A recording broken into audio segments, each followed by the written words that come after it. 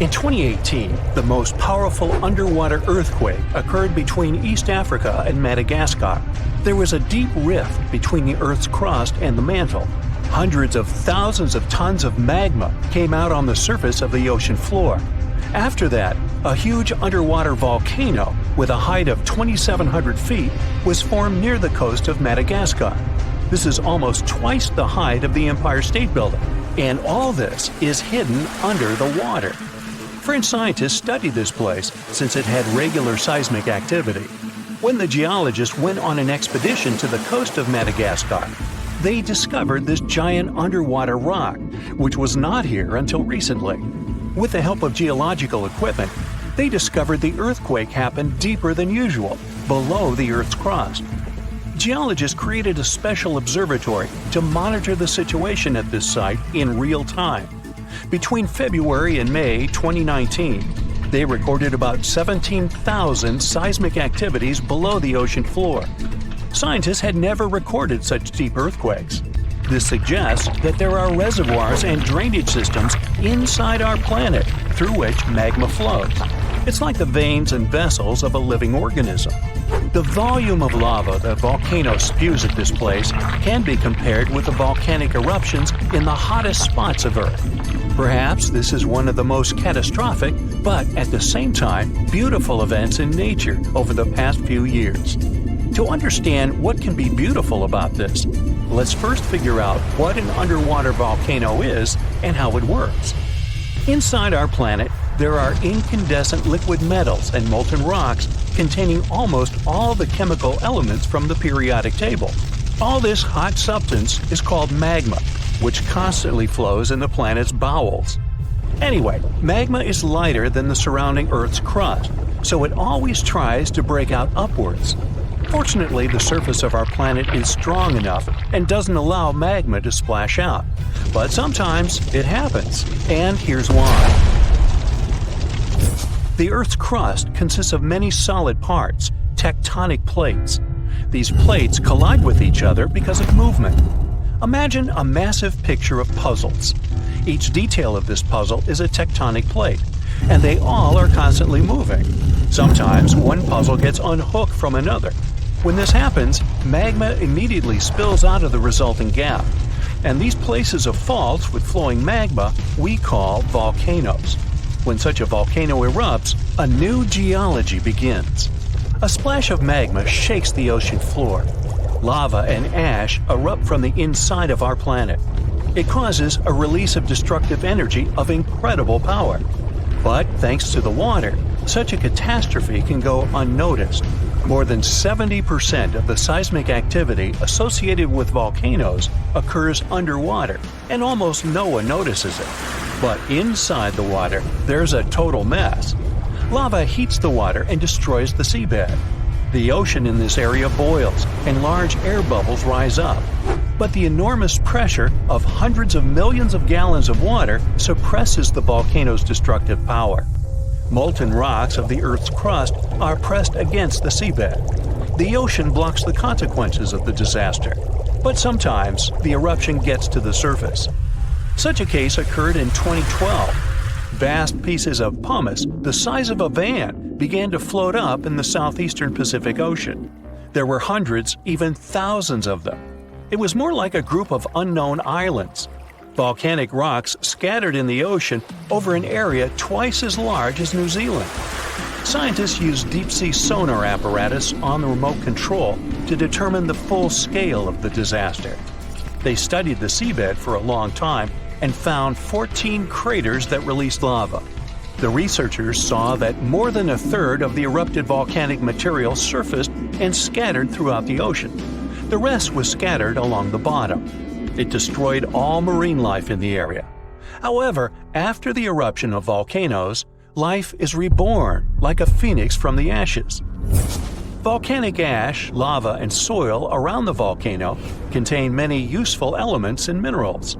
They nourish the soil and promote the development of microorganisms not only on land but also in water.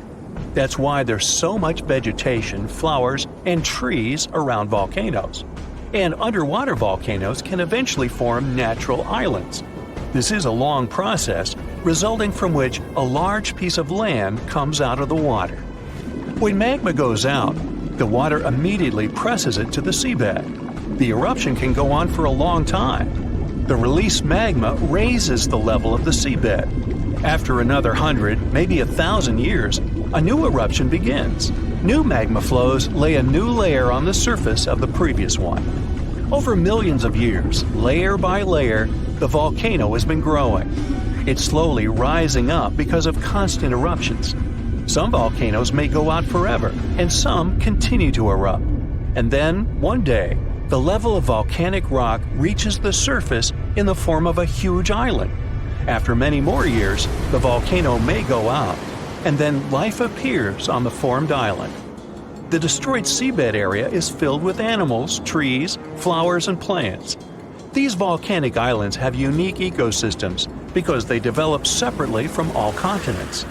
Observing such islands helps scientists understand how life on Earth was born.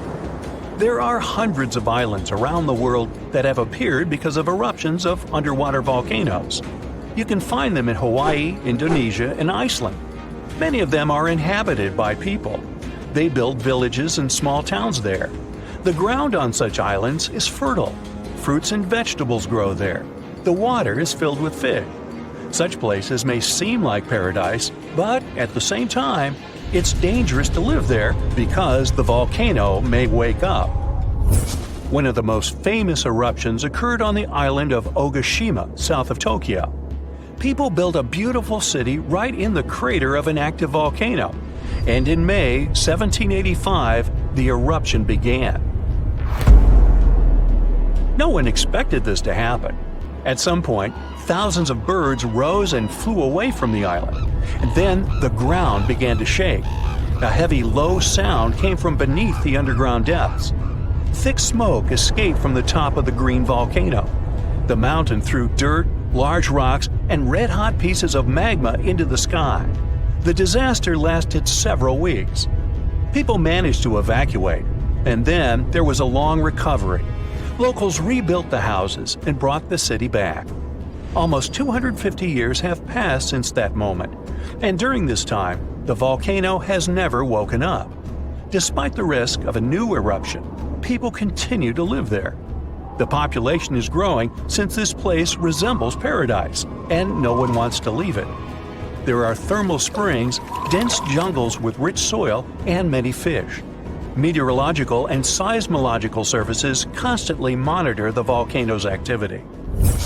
Movements and fractures of tectonic plates create another natural disaster, destructive tsunamis. Unlike volcanoes, huge waves are formed when seismic activity causes the crust to move vertically, up or down. When this happens, water pressure shifts on the ocean floor, which releases energy. This energy pushes the water and creates a tsunami. By the same principle, you form a small wave when you throw a stone into the water. First, a small tsunami appears. Then it picks up speed and increases in size. Its height can reach the level of a 5-story building. It's heading for the coast and accelerating to 500 miles per hour. This is almost twice as fast as a Formula One race car. Millions of gallons of water, weighing thousands of tons, are getting closer. And now the wave reaches the shore and demolishes everything in its path. Houses, trees, cars, nothing can withstand the destructive force of nature. Such tsunamis are a frequent occurrence on the coast of Japan. People have built massive shields near the land to stop the waves before they hit the shore. Still, in spite of all preparedness, somehow, nature always prevails. Let me take you to a place that seems to be out of this world. Life inside this cave has been isolated from the outside world for about 5.5 million years. And it does show. See for yourself. Due to such a long isolation, the conditions inside the Mobile Cave are like nowhere else on our planet. A unique ecosystem is flourishing there, even though there is a severe lack of sunlight inside the cave, and the air is toxic. The cave, located a few miles west of the Black Sea in Romania, was first discovered in 1986. Nowadays, you can only visit it if you have special permission. Plus, the central caverns are guarded naturally by narrow limestone tunnels and vertical shafts. So, if you're no stranger to claustrophobia, you'd probably better not enter this place. In the depth of the cave, the air has twice less oxygen than the air outside. Instead, it contains a lot of carbon dioxide and hydrogen sulfide, so not the freshest air you can breathe. It's also pitch black inside the cavern. But despite, or should I say thanks to, this cocktail of extremely harsh conditions, the site is a true goldmine for biologists. Shockingly, life seems to be booming here. In a 1996 study, scientists identified 48 species, and 33 of them were unique to the cave. Most of the creatures inhabiting the cave are tiny, with long limbs and antennae that help them navigate in the dark. They have no vision and lack pigment, and it makes sense. Why would you need to be able to see if you live in total darkness? And why would you need to be pretty and colorful with no one to see you? Now, I'm going to take you to another cave. It's no less amazing, but looks very different. This is the Giant Crystal Cave, aka the Cave of the Crystals, in Mexico. These ginormous crystals were found in 2000 by a mining company after the water was pumped out of the cave. 2 miners then saw the crystals after entering the drying cave on foot.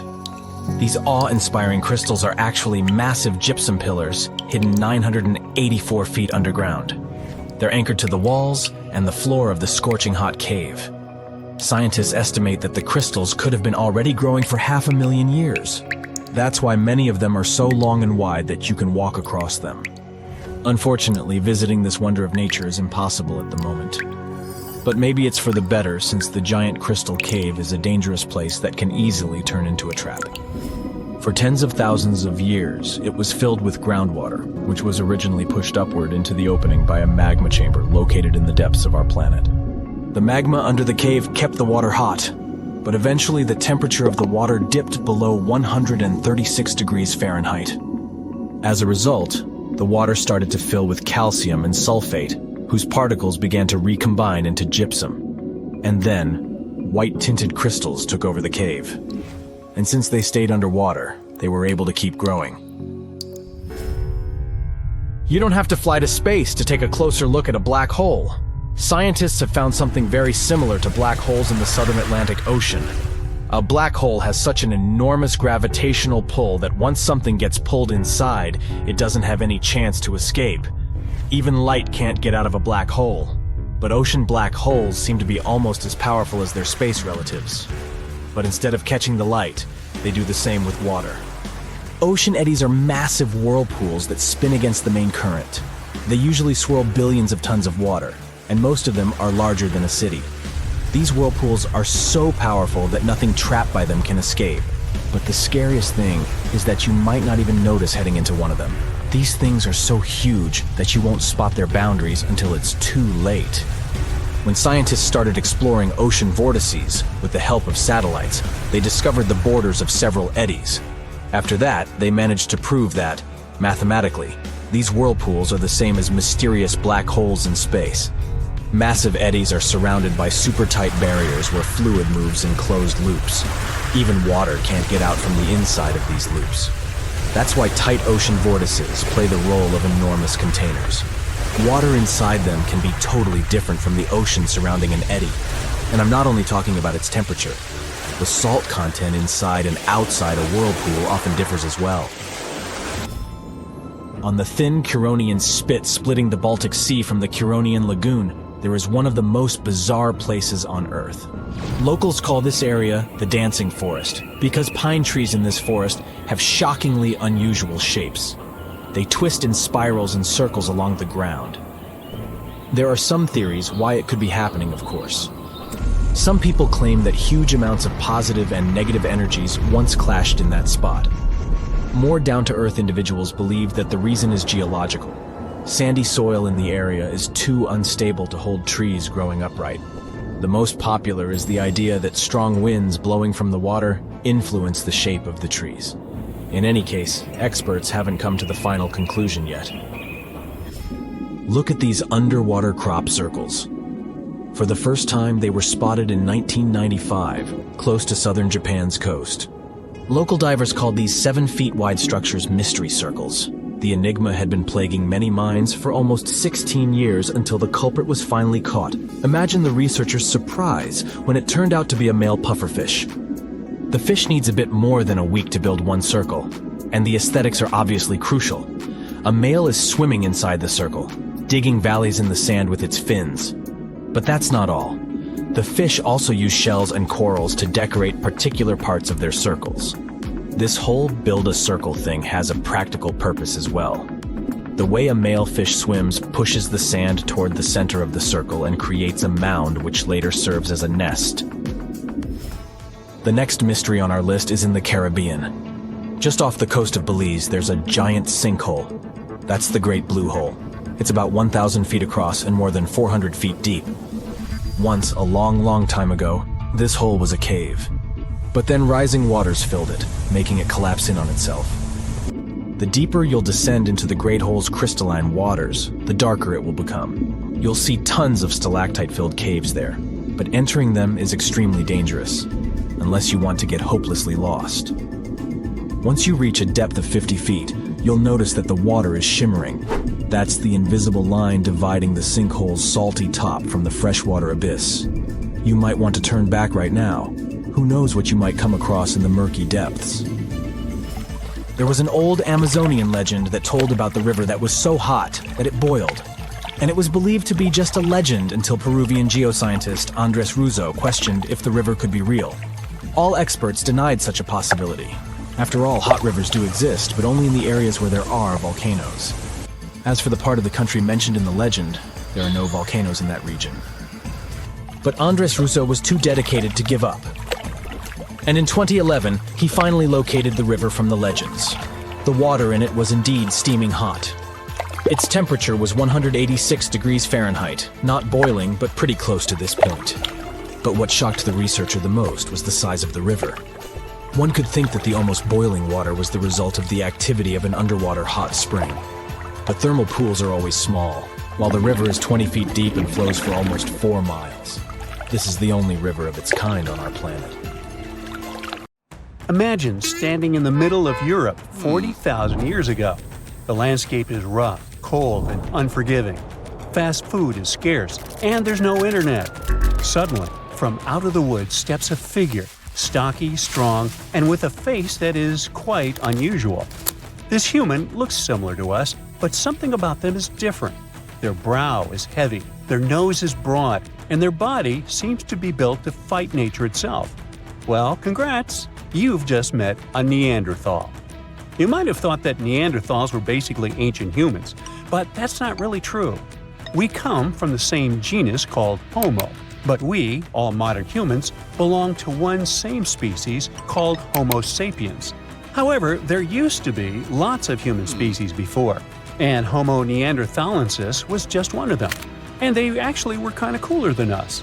So what in the world has happened to them? Neanderthals lived for a long time, for about 360,000 years, across Europe and parts of Asia. 40,000 years ago, the place we now call southern Italy was sitting on top of a huge disaster, a massive supervolcano called Campi Flegrei. This big boy is huge, about 9 miles wide. That's about 10 to 20 minutes in a car to get across it all. But there were no cars then, remember? At the time, it was quiet for a while, but one day, suddenly, it blew in what became one of the biggest volcanic eruptions Europe had seen in 200,000 years. The catastrophe was so crazy that ash, gases, and debris altered the climate across the entire continent. What comes next is usually called a volcanic winter. Average temperatures drop, the sky gets darker, and life becomes even harsher than it already is. The eruption, known as the Campanian caused Europe to cool by as much as 7 degrees Fahrenheit. Doesn't sound like much? Well, the drop of even 1 degree would cause winters to become harsher, causing horrible snowfall, rains, and floods. Crops would struggle to grow, leading to food shortages. The weather would go wild, too, with storms and droughts. Hey, kind of like now. Except multiply this by 7. Events like these caused some huge chaos in modern times. You can imagine what it did to the Neanderthals. But in reality, a simple volcanic eruption shouldn't destroy an entire species, right? Well, yes. The truth is, the Neanderthals were already hanging by a thread back then, and all because of us. They've been in a tough spot for a while. They lived in places that are now parts of Europe, Western Asia, and the Middle East. Modern humans, us Homo sapiens, entered Europe and were giving them some serious competition for food and shelter. Homo sapiens were sneaky dudes, better at finding food, easily adapting to different environments, and using more advanced tools. We were pushing Neanderthals out, trying to get the same resources. We literally made their extinction a slow and very unpleasant process. So, while the volcano definitely made things worse, it wasn't their only problem, and they didn't completely disappear after the eruption. Some of them hung on in isolated places, like Gibraltar, for another 12,000 years. That's because it's likely most of the severe cooling actually happened farther east, away from where the Neanderthals were trying to survive, and it didn't hit their homes as hard as we thought. In fact, the eruption may have even helped them, at least for a while. Some scientists say that the volcanic fallout might have slowed down modern humans' expansion into Neanderthal territory and gave the poor fellas a little more time to survive. So, the Campi Flegrei eruption was a nasty event, but it only delayed the inevitable. Campi Flegrei is a wild card. It's also known as the Fields of Fire. The air itself there is thick with legend. The Greeks and Romans believed this volcano was the gateway to the underworld. Even an ancient Roman poet, Virgil, mentioned this in his famous story, the Aeneid. The hero Aeneas must descend into the underworld, and this place is exactly where he starts. Back in the day, this landscape was full of Roman villas, spas, and fish ponds. The elite had the time of their lives there. What they didn't know, though, was that they were standing on treacherous ground that could go crazy at any moment. The Campi Flegrei is not your typical volcano. You'd imagine a single towering peak, but the landscape looks deceivingly calm, with small features popping up here and there. But if you flew above it, the sight would be insane. A gigantic circular basin, peppered with volcanic cones and craters, like scars from the Earth's violent past. The danger here lies in its subtlety. The ground beneath your feet is constantly shifting, even when you don't notice it. Every so often, the land rises, only to sink again, sometimes by several feet, as magma or gas moves beneath the surface. It's incredibly creepy. The risk is almost invisible. The Campi Flegrei is a massive depression formed by two colossal volcanic eruptions. One of them was the one that cooked Neanderthals, and another happened 15,000 years ago. The most famous eruption, though, happened in the 16th century, and it was horrifying. The year was 1538. For years, the people of Paswali had noticed something unsettling. Land that once sat below the waves was slowly rising. What was once the sea had become new ground. Rumblings from deep within the earth were terrifying, but had become a normal part of life. Earthquakes started in the early 1530s, small at first, but in just 8 years, they became the norm. Until one day, on September 28th, horrifying tremors shook the ground. By the next evening, as the sun dipped below the horizon, a massive crack ripped open the earth near the ancient Roman town of Tripergoli. From this gash spewed fire, smoke, and a rain of volcanic ash miles away. It was thick and muddy, likely mixed with underground water. The ground trembled as hot pumice rock was thrown high into the air. And then a new mountain began to rise from the land. This was the birth of what we now call Monte Nuovo. Eventually, things seemed to calm down, as if the earth was catching its breath. For days, things seemed quiet. Locals relaxed a bit. They began to approach the new mysterious volcano, a crater with something that resembled boiling within it. People visited it like a new attraction. But then, just days later, the disaster struck again. At night, without warning, a new mountain went wild. A blast from the southern flank hurled scoria, chunks of jagged volcanic rock, into the air. This one was fatal for 24 people. The debris found afterwards was huge and coarse. For centuries after, the only signs of life from the Monte Nuovo were small fumaroles, jets of gas seeping from the earth. But then, even those faded away. Now it's just a lush green cone, a pretty sleeping giant. But the ground near Naples, Italy, is still alive. The Campi Flegrei sits quietly for now, but it might not be for long. It's showing signs it might be waking up again. This supervolcano looks like a hellish landscape, with its boiling mud pits, geysers, and steam vents. Romans and medieval Christians once believed it was a gateway to the underworld, and who can blame them? What's spooky is that recently scientists detected unusual activity under the surface. In 2012, Italian authorities raised the alert level on the volcano from green to yellow, meaning that it needs close monitoring. There are certain changes that usually happen before an eruption. The magma below starts releasing gases, which could weaken the rock above, eventually triggering a disaster. Unfortunately, no one can predict exactly when or if it will erupt. But if it does, the consequences could range from a minor inconvenience for locals to a global catastrophe. Its last tiny eruption happened in the 16th century, and it wasn't too bad.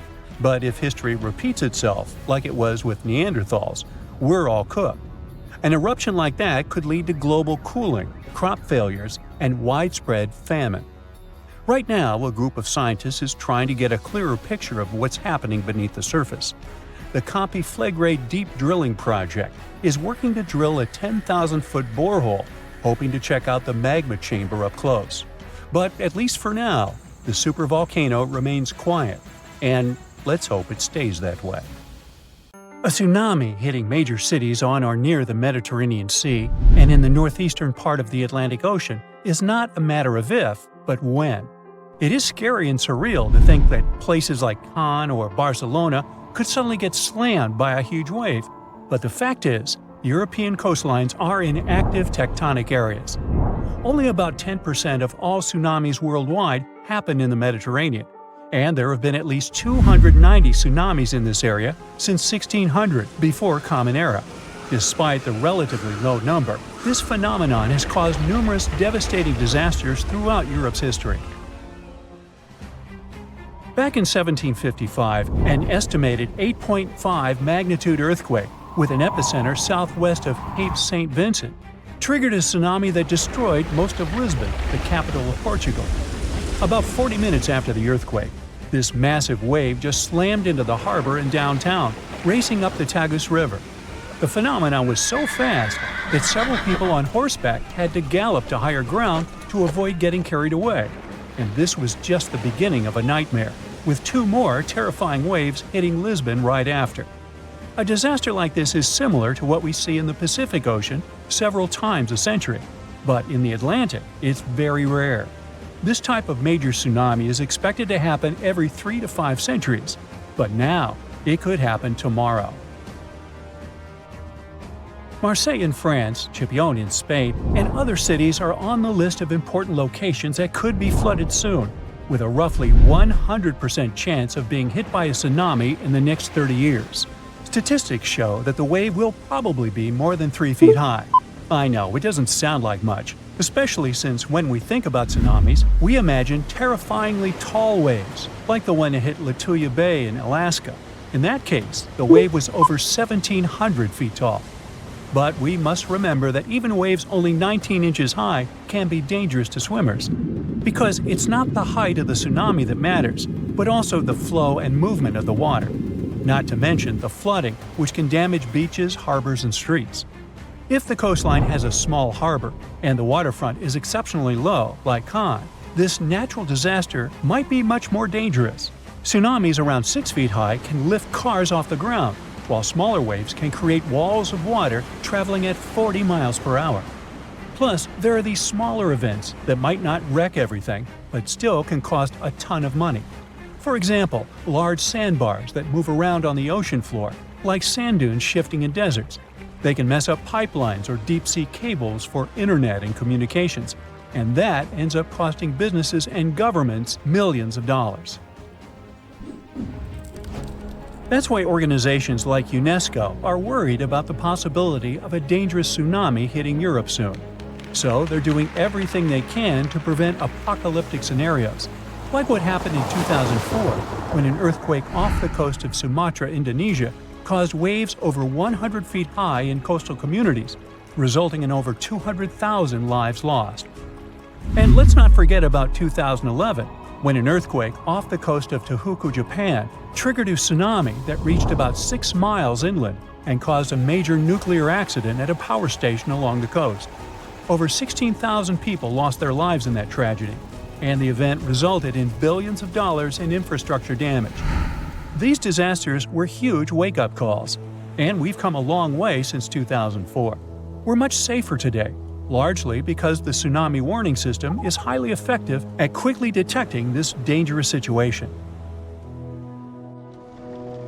Unlike many other natural phenomena, a tsunami can be anticipated. We may only have a few minutes to act, but if we all know what to do, many lives can be saved. And in most parts of the world, sirens are commonly used to alert people to tsunamis. To sound the siren as early as possible, initial tsunami alerts usually rely only on seismic data. First, specialists receive information about an earthquake. Seismic waves travel about 100 times faster than tsunamis, so they have enough time to analyze the data and see if the earthquake might have generated a tsunami and whether they should issue an initial tsunami alert. At U.S. warning centers, for example, scientists typically issue initial alerts within 5 minutes of an earthquake. If a tsunami is suspected, these alerts may also include information about wave arrival times, recommended actions, and potential impacts. But sounding the alarm is not enough. To save lives, coastal communities also need to be trained to respond fast and in the best way possible. That's why UNESCO produced this program called Tsunami Ready, aiming to train people living in coastal areas at risk on how to act in case of a tsunami event by the year 2030. The idea is to help communities stay safe by teaching them how to protect their livelihoods and safeguard their homes. Being recognized as Tsunami Ready by UNESCO doesn't mean a community is tsunami-proof, of course. It's more like a recognition that they have adopted all possible measures to mitigate tsunami risks. So authorities are helping communities to prepare themselves by installing evacuation signs, establishing security procedures, and creating plans to warn tourists. Like Spain, which distributed tsunami warning signs along the entire coastline, as well as signs showing evacuation routes to higher ground. And Spain better be prepared. I mean, only 7 tsunamis have hit the country since the year 365, so it's difficult to predict the effects of such an event. But they could be devastating, considering that Spanish coastal areas are so economically important. There's also a danger zone in the Averroes Fault beneath the Barents Sea. If an earthquake happens at this point, people will have only 21 minutes to escape a tsunami. UNESCO has also established 12 tsunami warning centers, which cover Europe as well. This initiative involves 5 centers located in the Mediterranean and Northeast Atlantic regions. These centers can save thousands of lives because they monitor ocean disturbances 24/7. Then, after analyzing the threat, they send out messages based on the event's potential to cause a tsunami. The intensity scale ranges from no effect to completely devastating. And by that, they understand that nearly all brick buildings could be demolished by waves, and even the most reinforced concrete structures could suffer heavy damage. Now, so far, we have mostly talked about tsunamis caused by earthquakes along converging tectonic plate boundaries. In fact, earthquakes have accounted for over 80% of tsunamis since 1900. But tsunamis can also result from landslides, volcanic eruptions, and even meteorite impacts. Experts are also worried that with the current changes in climate, we might see more of meteotsunamis popping up in the Mediterranean. These ones are triggered by freaky weather conditions and can mess with any coastline that's got a shallow seafloor. They might not be as huge or famous as the earthquakes ones, but they can still cause significant property damage and put people in danger. For instance, in 2006, a meteotsunami struck the harbor of Ciutadella on the Spanish island of Menorca. Yachts were tossed into each other and later stranded on the harbor floor as the water receded, resulting in tens of millions of euros in damage. Unfortunately, meteotsunamis in the Mediterranean tend to be stronger during summer, so if you're planning to spend your vacation in Europe, Stay alert for any signs of dangerous waves. If you suddenly encounter a tsunami moving in your direction, remember this is the time to react. Move to higher ground as far inland as possible. Pay special attention to any emergency alerts and information, and follow the guidance of local authorities. Most importantly, do not wait around taking photos. Leave the area as soon as you notice any signs of this danger event, or if you hear an official tsunami warning. Hey, stay safe. An earthquake in Indonesia began in 1829 and lasted a mighty 32 years. It reached its climax in 1861 and hit a magnitude of around 8.5. It was caused by the tectonic plates below the island slowly clashing against each other. Researchers discovered that the quake had been building for some time after analyzing the coral in the area. They found it was being periodically exposed to the open air. That was caused by the gradual earthquake moving the land up and down. Scientists call these decades-long silent earthquakes slow slip events. A single lightning bolt can warm the air to around 54,000 degrees Fahrenheit. The heat makes the air expand quickly, creating a shock wave or boom, which we know to be thunder. There are close to 3 trillion trees on Earth.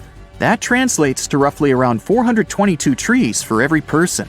Before humans, the number was nearer to 6 trillion.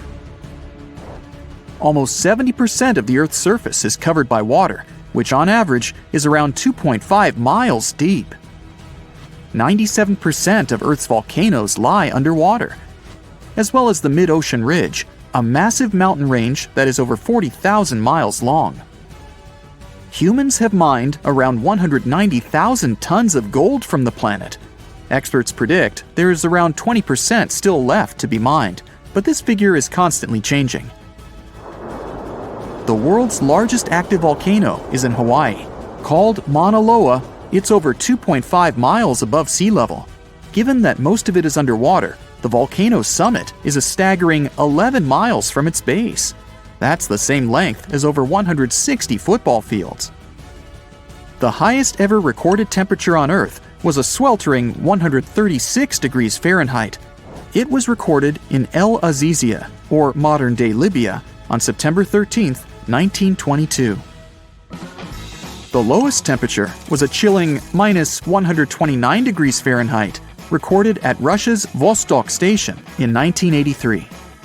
Earth is the 5th largest planet in the solar system, behind Jupiter, Saturn, Uranus, and Neptune. It has a circumference of roughly 25,000 miles, and it would take the average person around 8,300 hours to walk around the face of the Earth. The separation between Earth's land masses would make such a trek almost impossible, though. It takes 365.25 days for the Earth to orbit the Sun. Because our calendar years only have 365 days, we add an extra leap day every 4 years to make up for the difference. Russia is the largest country on the planet, with a total area of about 6.5 million square miles. It encompasses more than 1/8 of the Earth's inhabited land area, but still has a relatively small population given its size.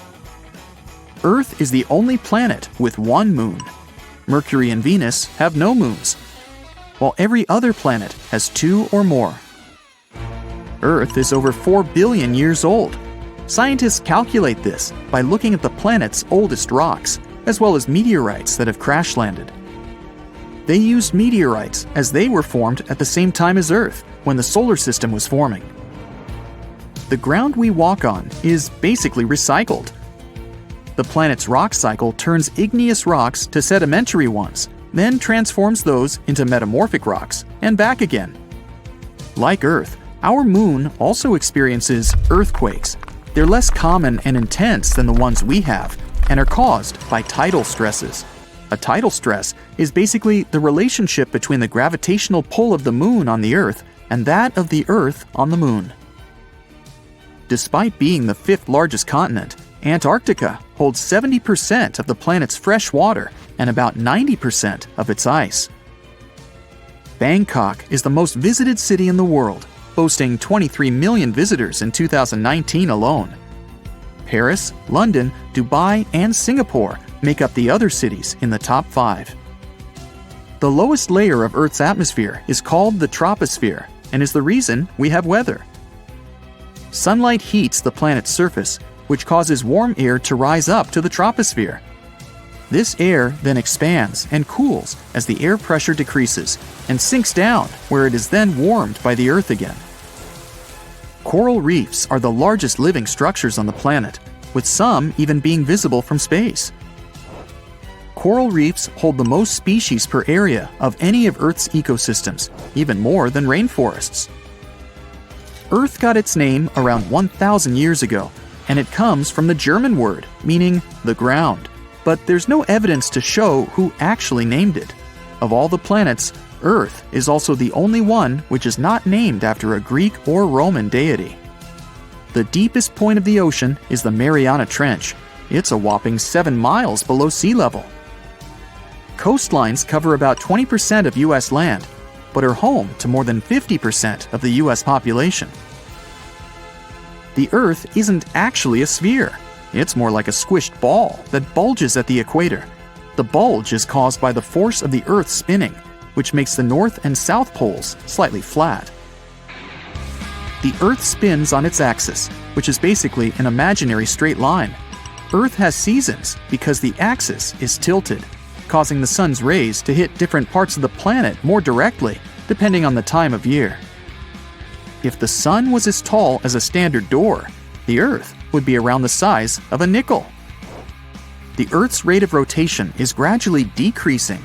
It's happening so slowly that it would take as much as 140 million years for the length of a day to increase to 25 hours. Get equipped for any season with brand new Brightside merch. Click the link and grab your print. The biggest animal on Earth is the Antarctic blue whale. It can reach lengths of 100 feet and weigh up to 400,000 pounds, which is around the same as 33 elephants. The temperature at the center of the Earth is around the same as the surface of the Sun, at almost 10,000 degrees Fahrenheit. Earth is around 10,000 times older than humans.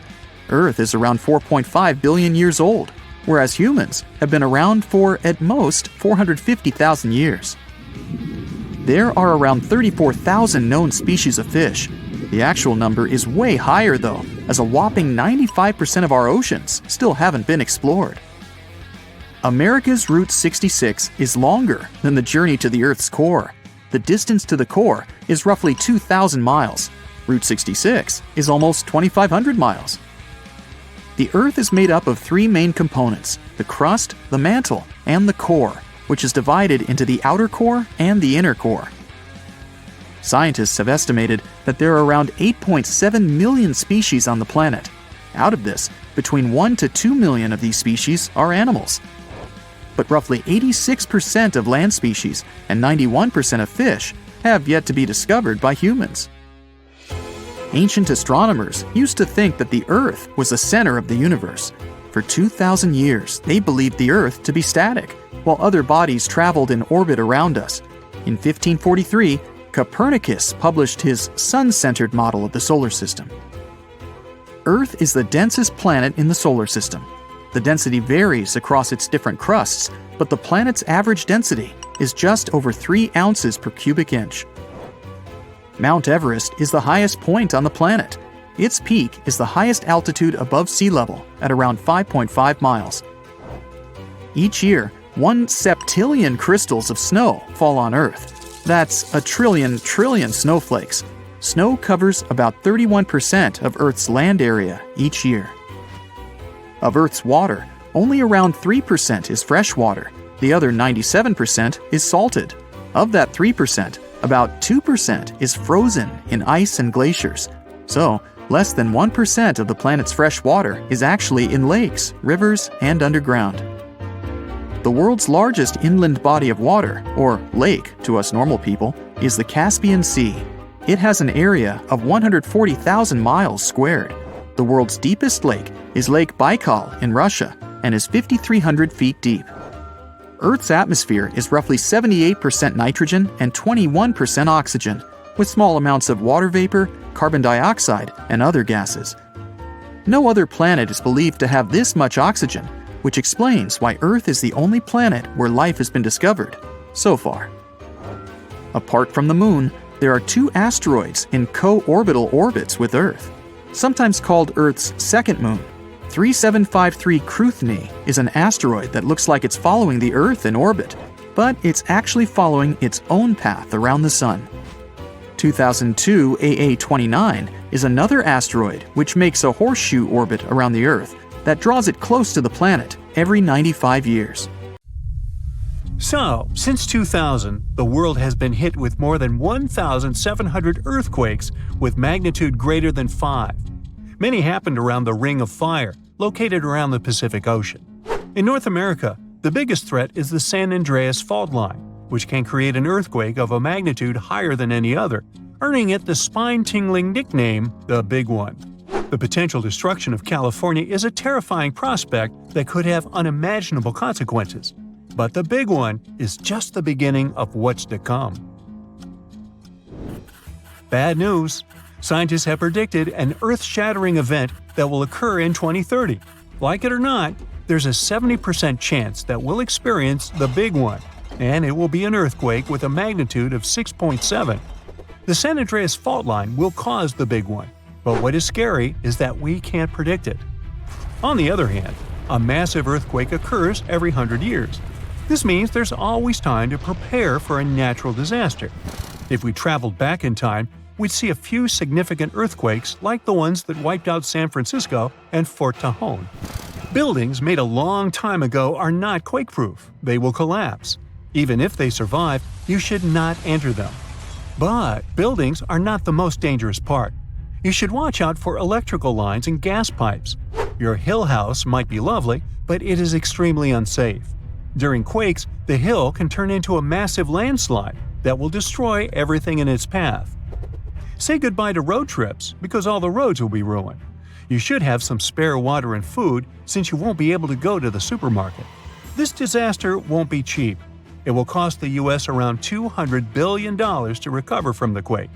At least the earthquake will not trigger tsunamis. But there's something that can cause more damage than the big one.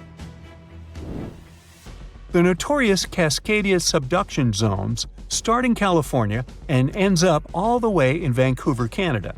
The San Andreas Fault Line is nothing compared to this zone. It can wipe the whole coast off the face of the Earth, an example of hyperbole.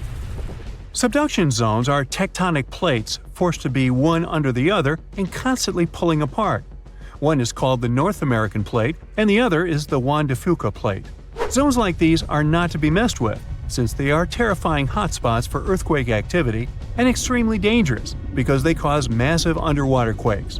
But they are underwater, so what can they do to us? Well, they can cause giant tsunamis, flooding cities, and destroying the coastline. Right now, the most active zone is the Ring of Fire. The Cascadia zone might be less active, but it is like a sleeping beast that can wake up and destroy everything in its path, causing a groundbreaking earthquake. The last time all this stress was released was in the year 1700. Unlike the San Andreas quake, this one will cause massive tsunamis and much bigger shocks. Let's hope you'll be camping in an open field at that time, because most buildings and bridges will likely be destroyed. Also, be ready for the aftershocks, as they'll be devastating. Nature won't be spared either. Landslides will change animals' habitats. Even our homes will be changed forever.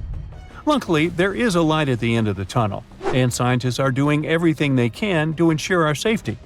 New rules are implemented. Every new building must be able to withstand massive shocks. They're developing modern warning systems, and every new infrastructure must follow strict quake-proof guidelines. The Juan de Fuca and the North American plates are locked together, but they won't stay like that forever. When they unlock, get ready for a massive shake. The closer you are to the epicenter, the more damage you'll experience. But even if you are lucky to be far away, you may still feel the ground shaking for some time. Now, if we compare the Cascadia subduction zone and the San Andreas Fault, we'll see how much more dangerous the Cascadia zone is. In 1994, there was an enormous 6.7 magnitude earthquake in the Northridge area, close to the San Andreas Fault. Sadly, many people didn't make it, and some were injured. Back then, buildings were not strong and earthquake-proof, and many of them were damaged.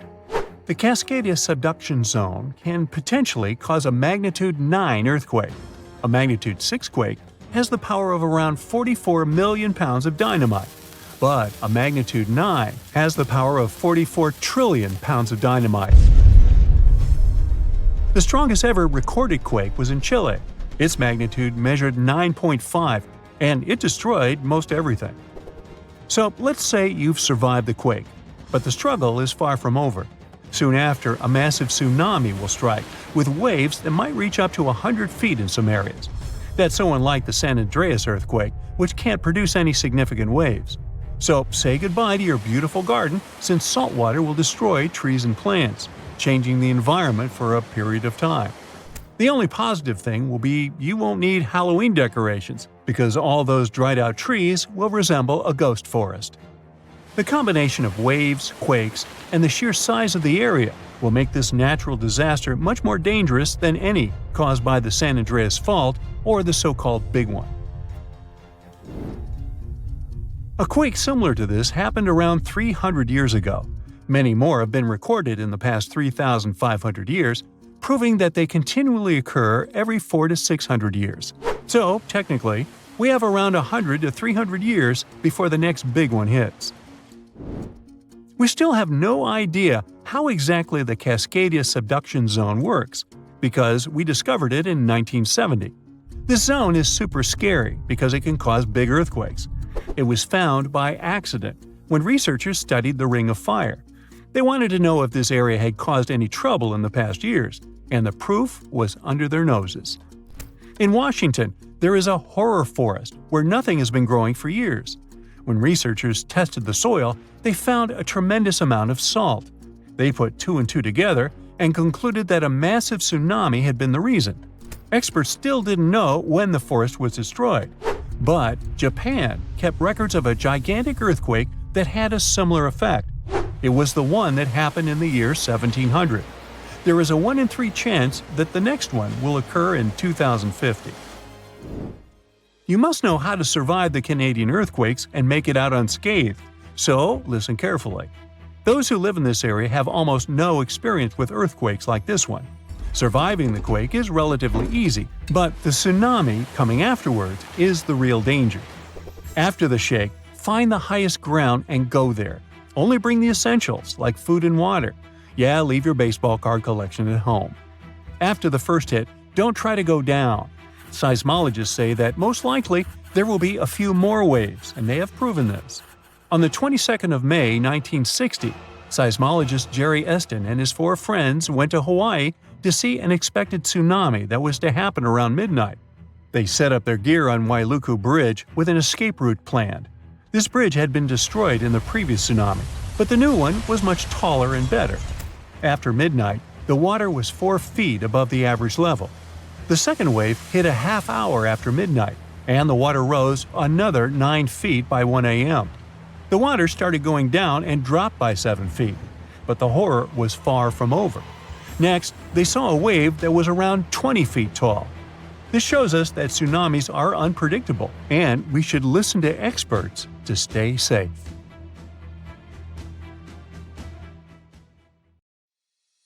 Ah, Phoenix. This sizzling gem in the Sonoran Desert isn't just another American city. It's more like a giant oven where you can throw a party, as long as you don't forget the ice. Seriously, if you find yourself here in the summer, brace yourself for some serious heat. We're talking about temperatures that regularly pass 100 degrees. And in 2024, Phoenix hit 110 degrees 55 times during the summer, tying the record set just the year before. Now, I get it if you're not a fan of hot weather, but apparently a lot of people love living in a sauna. Phoenix ranks as the 5th largest city in the United States, and it is the capital and most populous city in Arizona, with 1.7 million residents as of 2024. And if we're talking about the metropolitan area, also known as the Valley of the Sun, the population is almost 5 million. Yet, Good luck finding someone actually born here. Out of every 4 Phoenix residents, 3 were born somewhere else. Believe it or not, Phoenix wasn't always this bustling, crowded place. It became one. A few decades ago, it was just a sleepy little dot on the map. Back in the 1940s, the population was around 65,000. It wasn't even close to cracking the top 100 list of the largest U.S. cities. Now, at that time, Phoenix was mostly an agricultural hub, and its economy revolved around what they called the 5 C's: cotton, citrus, cattle, climate, and copper. But things really started to change in the 1950s thanks to one life-changing invention. Drumroll please? The air conditioner. Actually, it was the portable version that came out in 1945, created by an American inventor named Robert Sherman. Phoenix residents owe a lot to Robert for making life bearable during scorching summers. Before AC, people in Phoenix would literally move their beds outside and build sleeping porches. They'd protect that kind of outdoorsy space with light curtains or some kind of net to keep the dust and bugs out. Fun. Anyway, the point is that the air conditioner played a big part in making Phoenix an easier place to live. Since the 1940s, this city in Arizona has transformed from a dusty little town into a sprawling urban jungle, and it's still one of the top 10 fastest-growing metro areas in the U.S. The best part is, it looks like that won't change anytime soon, since this 519-square-mile metropolis is surrounded by rolling desert, with plenty of room to keep growing as far as the eye can see. So, who's dropping everything to move to Phoenix?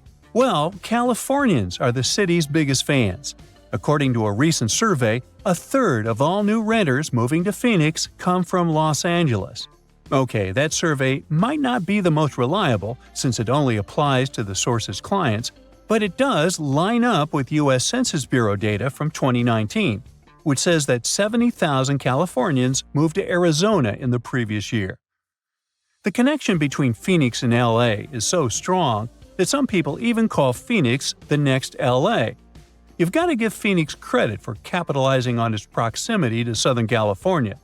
The city offers lower taxes, fewer regulations, and lower costs of living, which makes it a magnet for businesses, especially in high-tech and service industries. So, in the 90s, Phoenix was considered a non-stop generator of jobs. In the last few years, we've seen the number of jobs only go up, and the unemployment rate has dropped by nearly half, going from 6.3 in January 2014 to 3.4 in the same month in 2024. Now, when it comes to big city problems, you can't avoid talking about traffic. But here's another reason why Phoenix is a dream city. It doesn't even come close to the traffic nightmares you find in places like LA. Estimates show that people in Los Angeles waste about 119 hours a year just sitting in traffic. But in Phoenix, it's more like 61 hours. Huge difference, huh? And let's not even start talking about the money people waste just sitting in traffic. In LA, drivers burn through about $2,440 worth of gas per year. In Phoenix, they waste 25 gallons of fuel, which ends up costing about $952. Yeah, that's still a lot of cash, but compared to LA, come on, that's a steal. Phoenix being okay in terms of traffic might have a lot to do with how the city was designed. Just take a look at a map of Phoenix. You'll notice it looks like someone took a ruler and drew perfectly straight lines for the roads. That's because the city was laid out in a grid system. This setup makes it so much easier to get around, especially compared to cities full of confusing twists, U-turns, and one-way streets. It just simplifies things, whether you're a local or a tourist. Plus, Phoenix has nice wide streets. Most cities have one major road and a bunch of narrow streets that just can't handle heavy traffic. But Phoenix has wide roads everywhere. So, when the freeways get jammed, you can just hop onto a parallel street and still get to work without stressing out too much. When you look at all the job opportunities and the relatively smooth traffic, it's no wonder people are willing to put up with the heat and move to Phoenix. But don't get it twisted, the heat is no joke. It is really, really hot and sunny out there. We're talking about 300 days of sunshine on average, or about 85% daylight hours per year. But once again, Phoenix has made the best of it, and all that constant sunshine has turned Phoenix into one of the top solar energy cities in the country. Now, you may be wondering, a city in the middle of the desert with barely any rain, do they actually have enough water? Well, they do. Phoenix has its water situation pretty well sorted out, thanks to multiple sources. I mean, they don't rely on rain alone, which is a good thing because, desert life. Most of their water comes from way up north and east of the valley, where snow melts off the mountains and flows into giant reservoirs, storing it up for those dry years. But most of Phoenix's water comes from the Salt River Project, which brings water through canals and pipelines from the Salt and Verde rivers. Then there is the Central Arizona Project, which transports water all the way from the Colorado River. They even get a bit of water from underground wells. And Phoenix doesn't want to waste a drop, so they're smart about recycling, reusing treated water to keep parks green, and even recharging their groundwater. Since Phoenix is all about sunny skies nearly every day of the year, it's normal that people can get a little moody when it actually rains. But here's the thing. Phoenix always gets a surprise up its sleeve, even when it comes to bad weather. When it rains in the deserts, locals get treated to this unique earthy smell. It's thanks to the creosote bush, a desert plant that releases an amazing fragrance when the rain hits it. People describe it as the smell of rain, and honestly, it's one of those fresh, clean scents that makes you forget you're in the desert for a second. And if you've never stopped to think about why Phoenix is called Phoenix, well, it's based on that famous legend of the bird that rises from the ashes. Now, after knowing all the special things about this city and its unique ability to turn challenges into advantages, we can say the name couldn't have been better chosen.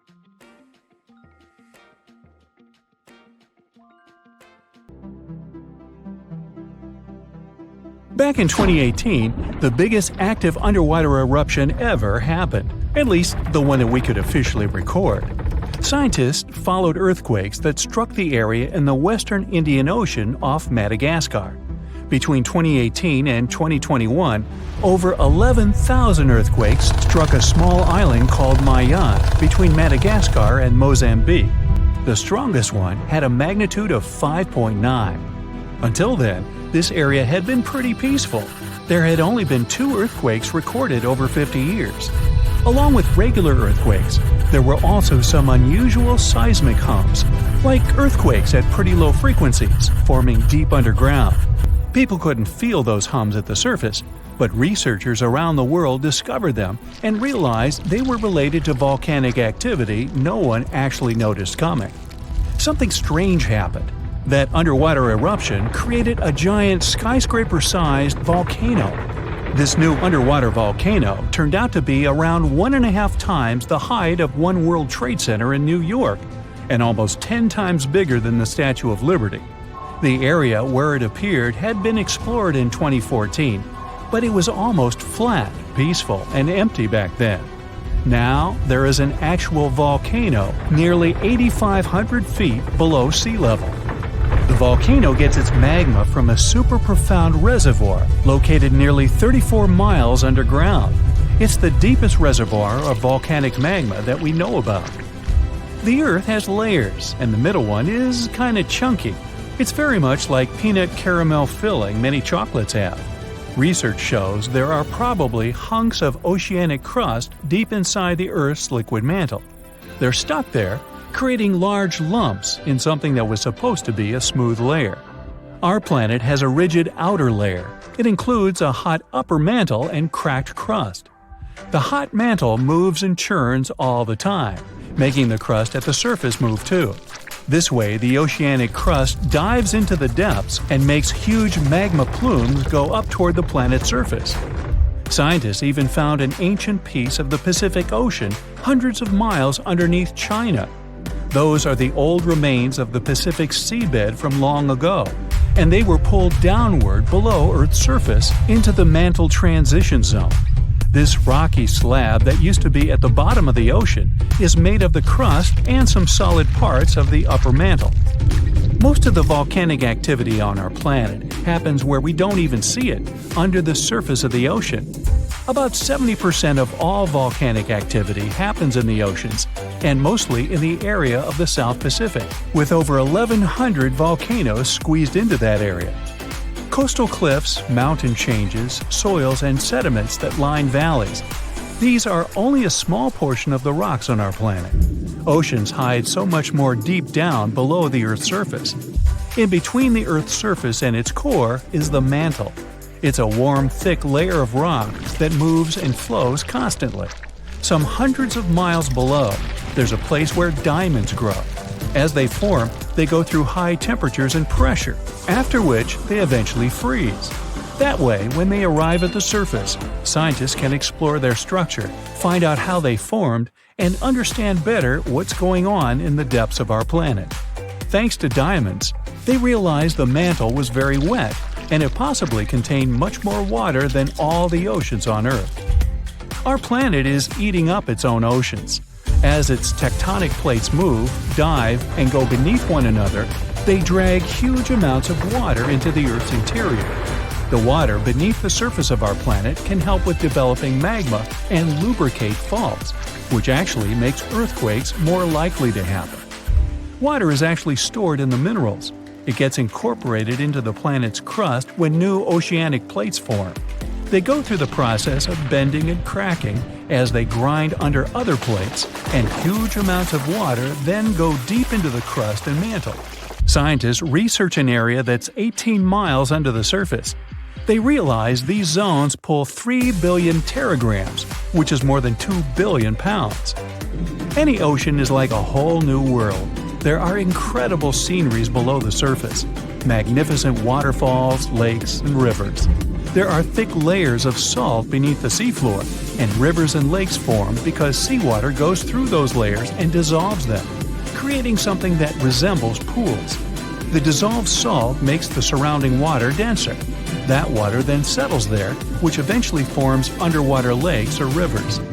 But there are also mountain chains, trenches, canyons.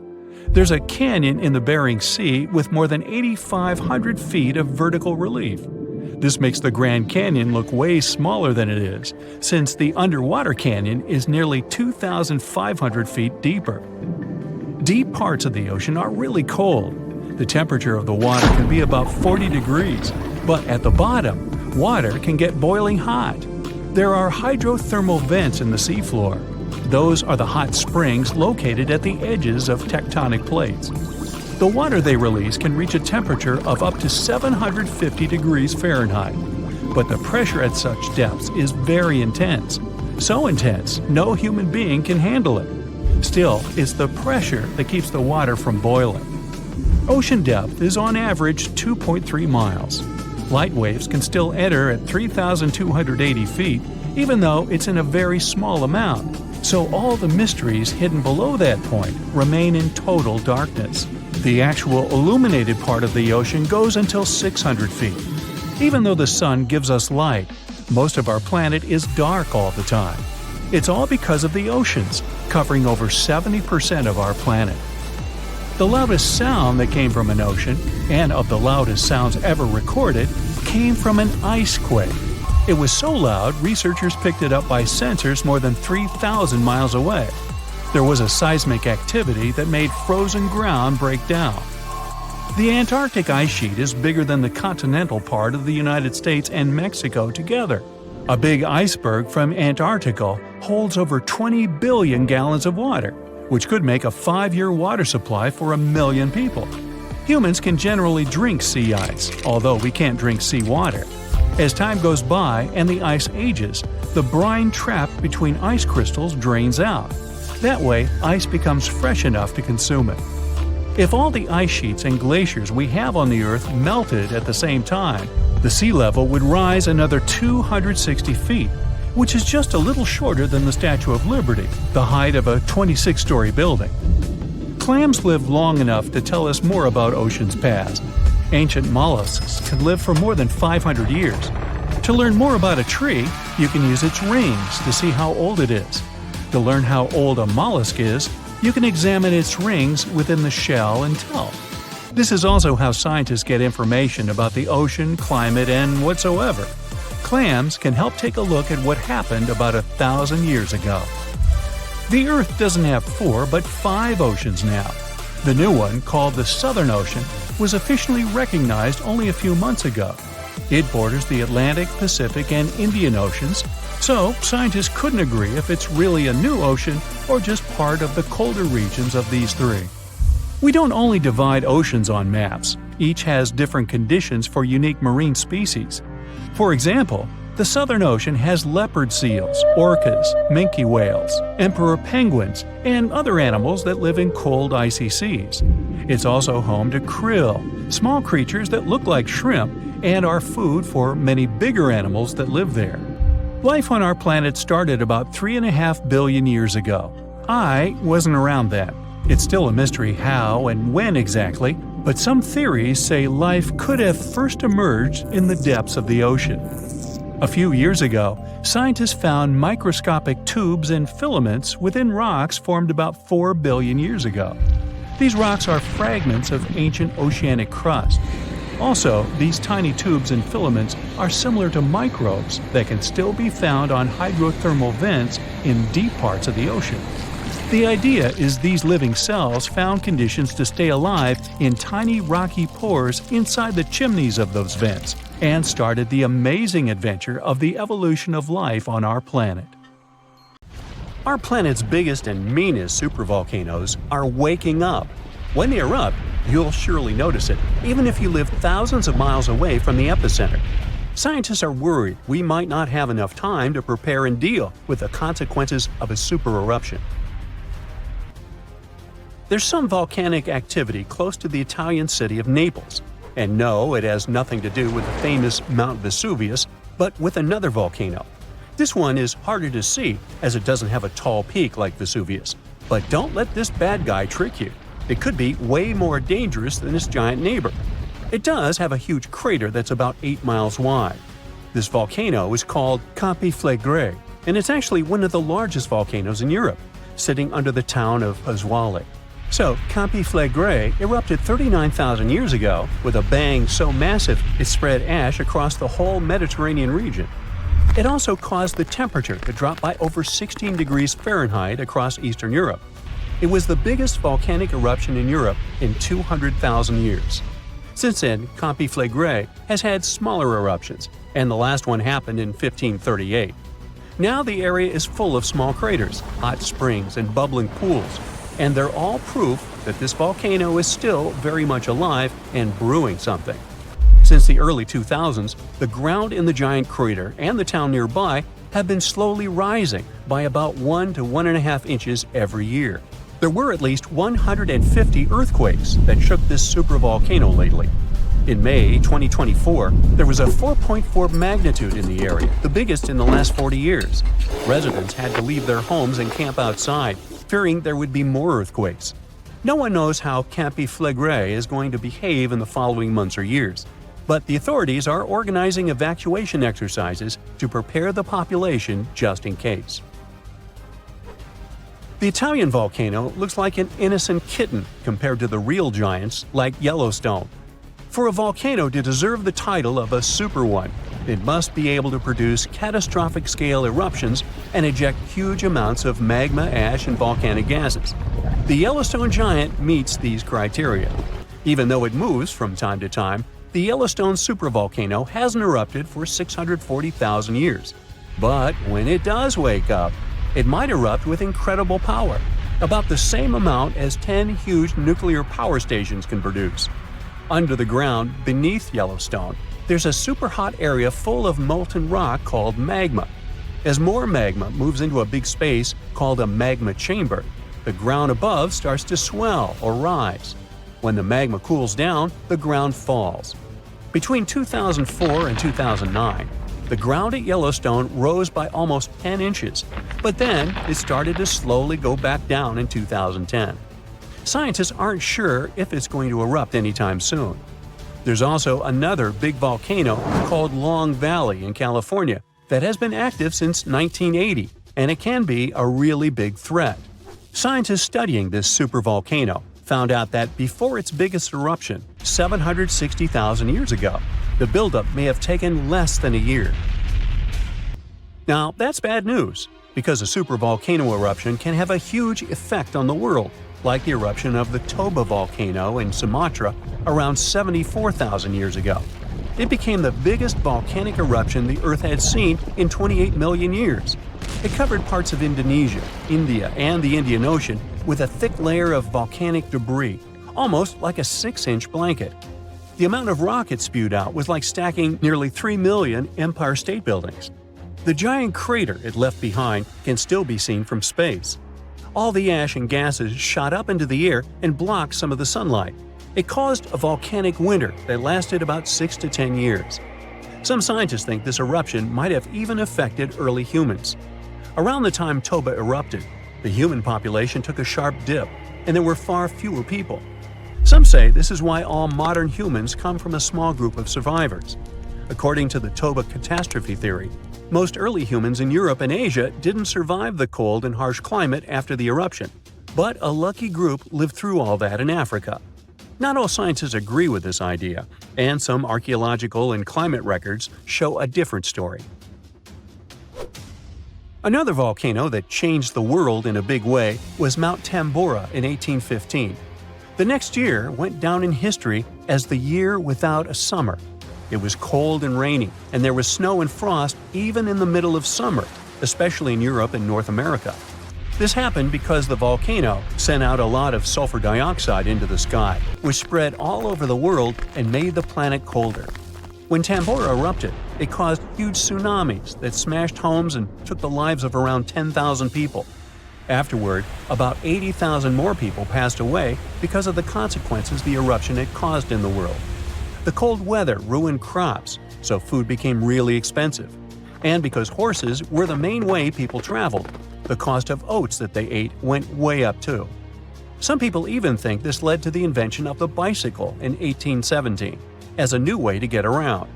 The eruption made the Earth colder for about 3 years. Now, even though the Tambora eruption was so powerful, Krakatoa, another volcano in Indonesia, stole the show when it erupted in 1883. It was just easier to spread information about it through telegrams and photos. Its final blast was the loudest recorded sound in history, and people could hear it on 10% of the entire Earth's surface. The eruption started a tsunami with waves about half as tall as the Statue of Liberty. Now, if we only had 12 months to prepare for a supervolcano eruption, it would be really hard to store enough food and get ready. But don't panic just yet. Supervolcano eruptions are very rare, and the last one happened 26,500 years ago in New Zealand. Scientists think that a super eruption happens once every 100,000 years on average. But the sad part here is that the Earth doesn't follow a perfect timeline. There could be clusters of super eruptions with shorter gaps between them and then longer quiet periods. Since there have already been 2 super eruptions in the last 100,000 years, there's always a chance one could happen again sooner than we expect. Plus, although there are places like Yellowstone and Long Valley where we expect volcanoes to erupt, there are less obvious possible hotspots. In Chile, there's a volcano called Laguna del Maule that has erupted in the past and left behind a huge crater. Over the last 20 years, the ground there has been swelling really fast, rising up to almost 1 foot a year. Some people are worried that this could be a sign of a big eruption coming. But scientists say there's not enough magma yet to cause a super eruption. In Bolivia, the Juturancu volcano is also acting up. It's part of a group of volcanoes that have caused super eruptions in the past. Since the 1960s, the ground around Juturancu has been lifting, but the last eruption was 250,000 years ago.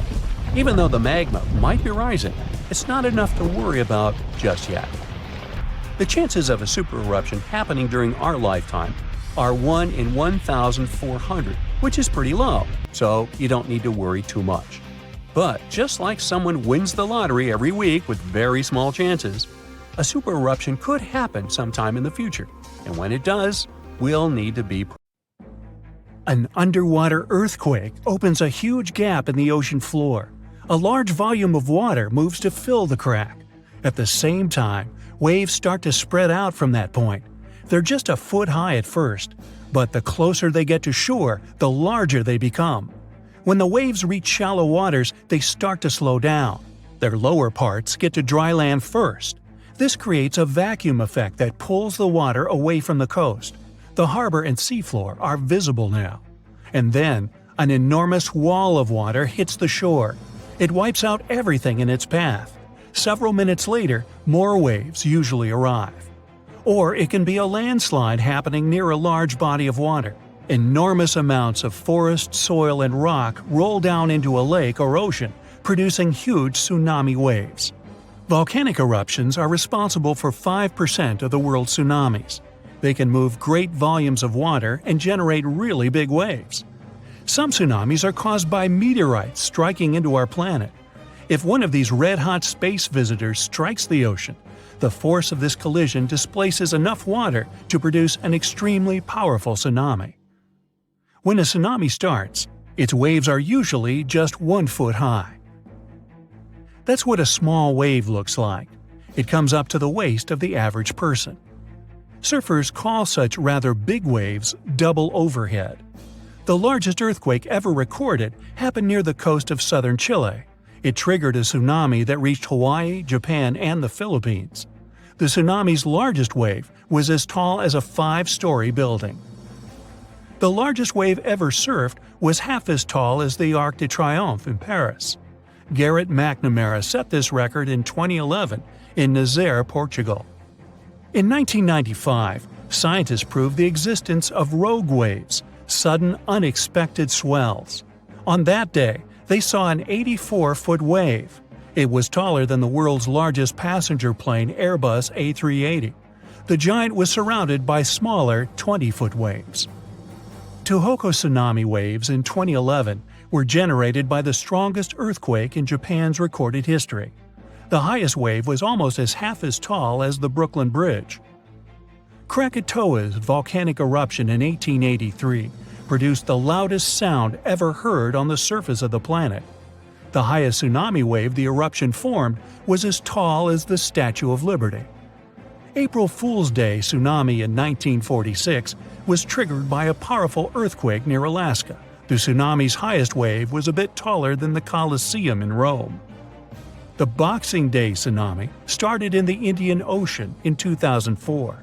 It was caused by a powerful undersea earthquake. Its tremors produced a series of tsunami waves. The largest of them almost reached the height of the Leaning Tower of Pisa. One of the most disastrous landslides hit Lodeland Valley in Norway in 1936. An enormous piece of rock, almost twice as large as the Eiffel Tower, broke loose and hurtled into Lofoten Lake. This caused an enormous tsunami wave. It was almost as tall as the Taj Mahal in India. 2017 Greenland megatsunami was triggered by a massive landslide at one of the fjords. The waves that flooded the shore reached the height of Big Ben. A powerful volcanic eruption caused a landslide from a 4,000-year-old lava dome.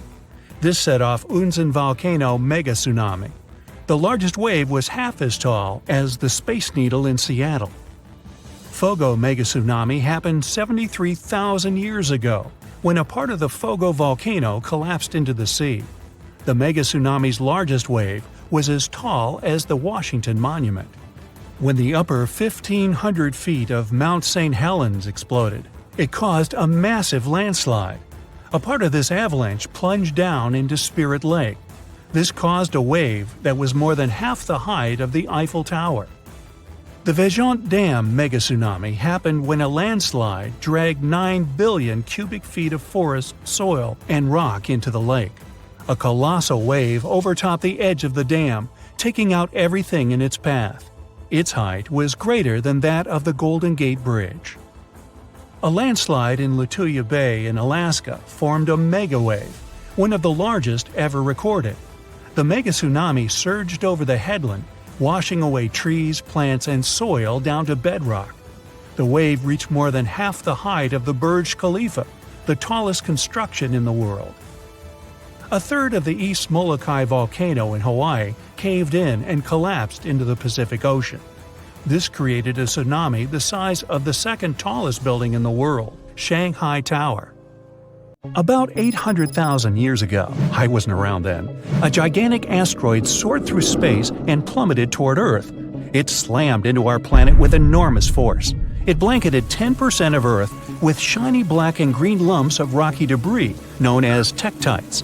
Tektites are pieces of rock that get liquefied by the heat of a meteorite impact. Then they cool down to look like dark glassy pebbles. A trail of these tektites was strewn across Southeast Asia and reached all the way to eastern Antarctica. This is how scientists know this giant meteorite crash happened. Well, researchers spent nearly 100 years trying to find the gigantic crater caused by the impact. But tektites were too widespread. That's why they couldn't pinpoint the exact location, until recently. A team of experts from different universities tried to discover the ground zero of the meteorite impact. They investigated several craters in China and Cambodia, but none seemed to be created by a meteorite crash. The experts then decided to investigate Laos. It's a country where they discovered the largest and most concentrated number of tektites. After ruling out all visible craters, the team came up with a new theory. What if the crater is hidden by something? In search of the potential crater, the scientists measured gravity readings at different locations all across Laos. At the site of an ancient volcanic eruption, below thick, dense layers of cooled volcanic lava, they discovered a severe gravitational anomaly. It turned out to be a large, elongated crater, over 300 feet deep and spreading 8 miles wide and 11 miles long. Based on the location and the crater's enormous size, scientists believe this is the impact site of the ancient meteorite. Meanwhile, over 2 billion years ago, long before the age of dinosaurs, Earth was struck by one of the largest asteroids to ever hit our planet. The asteroid was approximately 6 to 9 miles across and created the biggest impact crater on Earth. This is the Vredefort crater. You can find it in present-day South Africa. When it was formed, it had a gigantic diameter of 186 miles. Over the centuries, the massive crater slowly eroded away into the Vredefort Dome. That's a rocky hill formation that was the central site of the asteroid's impact. This formation is so large that it can be seen from space. Today, the Vredefort Dome is a recognized World Heritage Site. It's also home to several towns and communities that encourage tourists to come and visit the ancient crater. In 1943, one pilot strayed from his regular flight path to avoid dangerous weather conditions. Flying over Quebec, Canada, he spotted a large, perfectly circular basin. That is how the Pingualuit crater was discovered. Around 1.4 million years ago, a meteorite hit this spot, creating this small but deep impact crater. It has a diameter of 2 miles and a depth of 1,300 feet. A lake of deep blue water has formed at the bottom of the crater.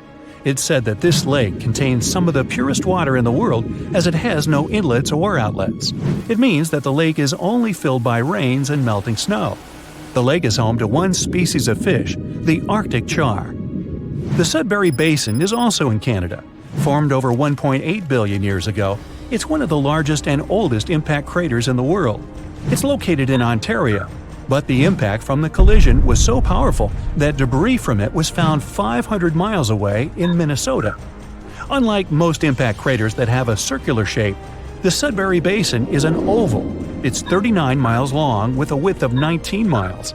The original impact site might have been a whopping 10 miles deep, but its modern-day version is much shallower. The asteroid that created the basin carried a high concentration of natural minerals. This made the soil in the crater incredibly fruitful.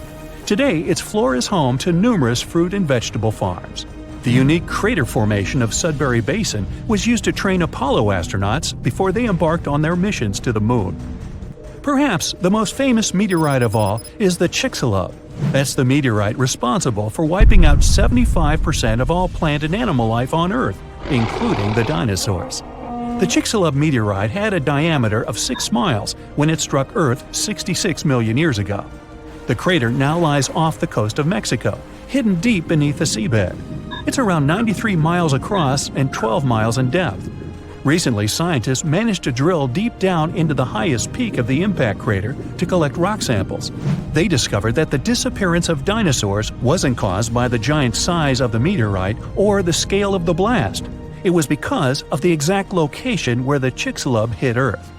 The meteorite struck part of our planet that was densely filled with a mineral compound called gypsum. It's a soft sulfate mineral that is typically used as a fertilizer. The collision blasted so much sulfur into the air that it blocked out the sun. This caused the prolonged dark winter that doomed the dinosaurs.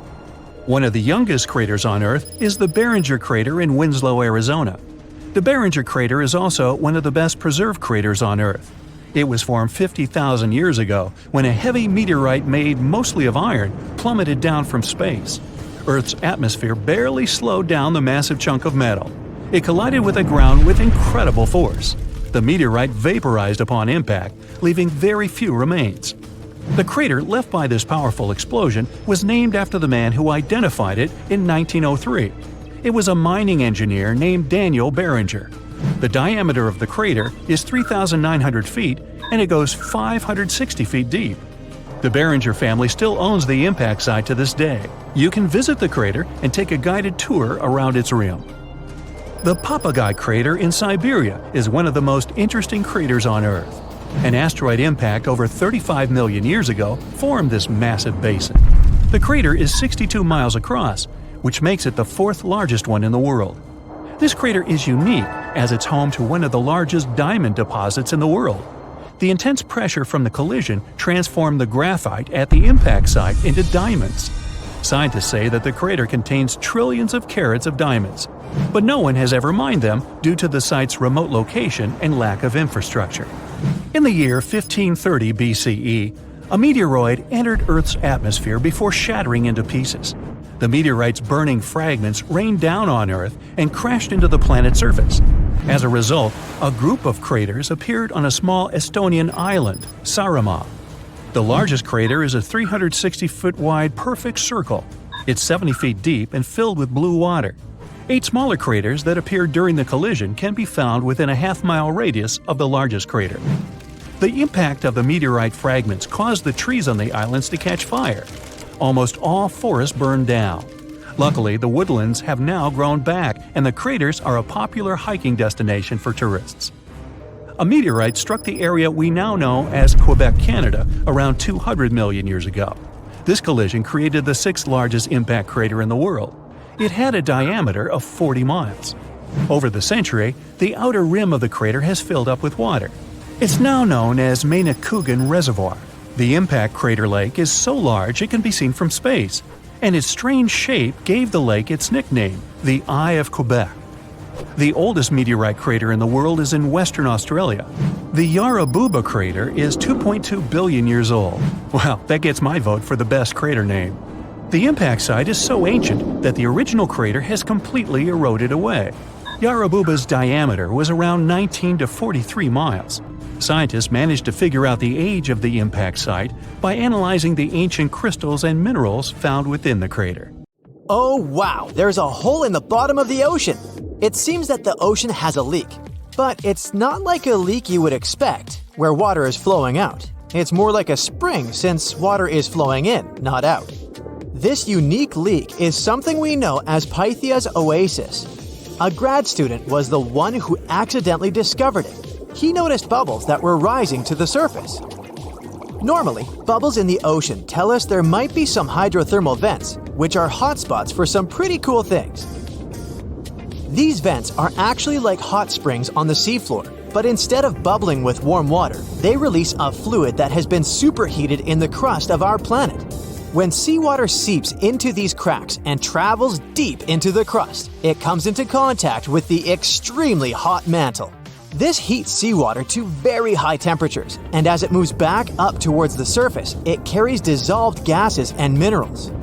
When the hot fluid shoots out of the vents, it mixes with the surrounding seawater and quickly cools down. Just a short distance away from the vent, the temperature can drop to a comfortable 68 degrees Fahrenheit or so, which is, as it seems, exactly what some creatures like.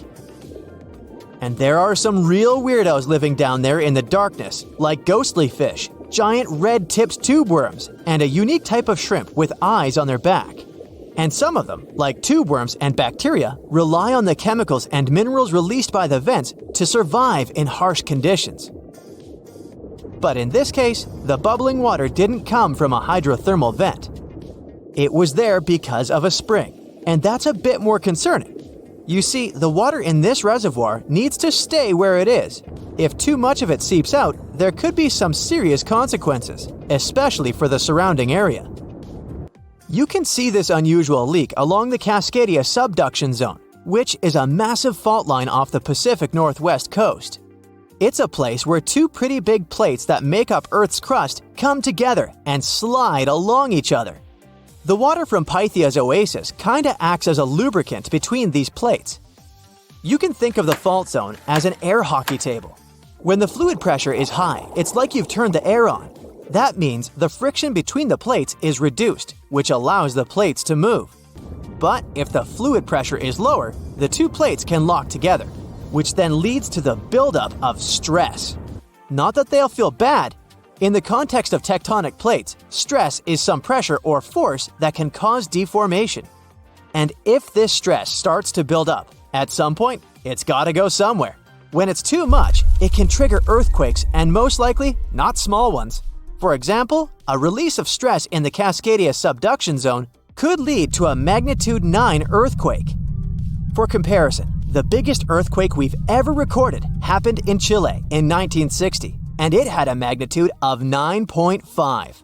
The damage was enormous. So we hope the water will stay in its reservoir and keep maintaining the delicate balance between the tectonic plates. We've explored only 5% of the ocean.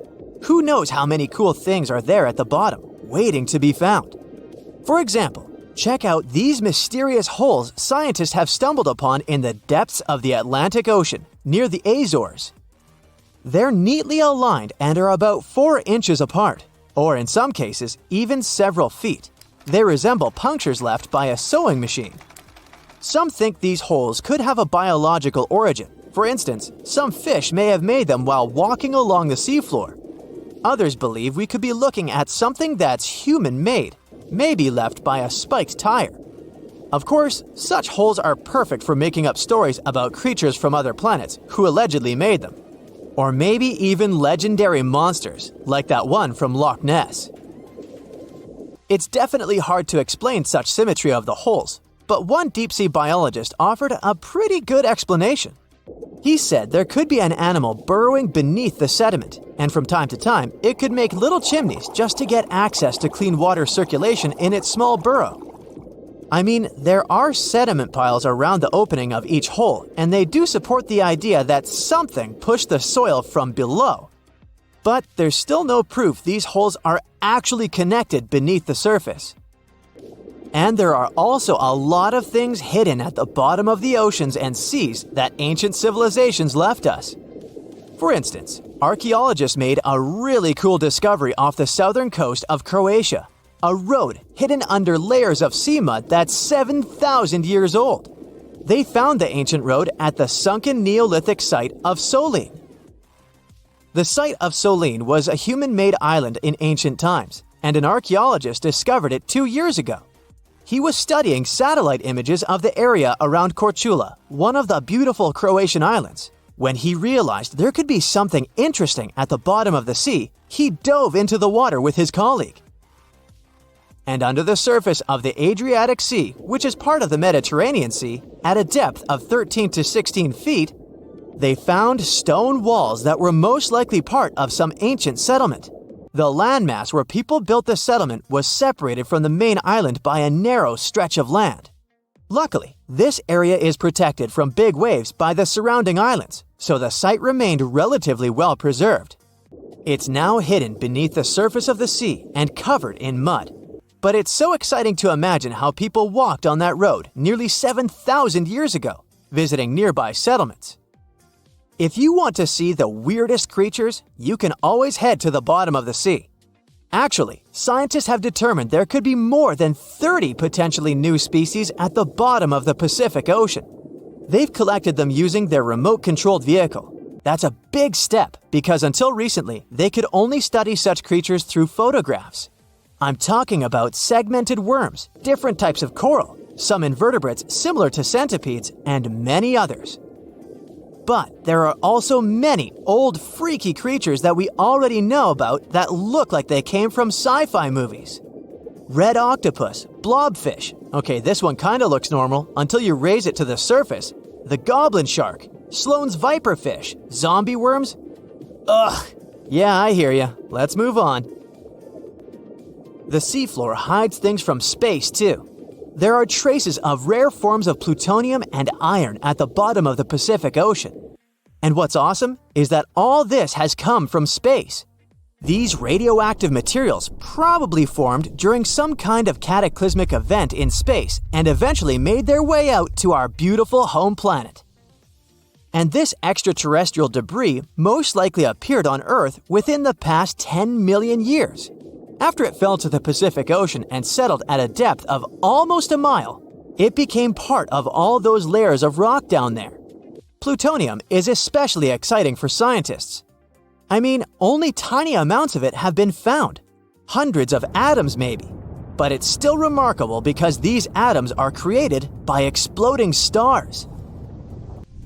Things like this can help us better understand how the universe produces elements heavier than iron, like plutonium, gold, uranium, and platinum.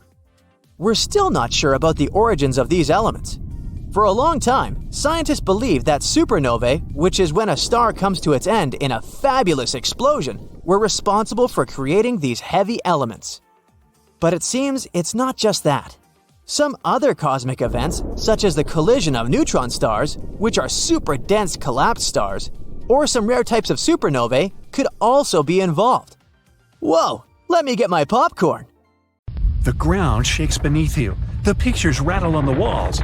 You hear a rumble off in the distance. Then, boom, a deafening explosion.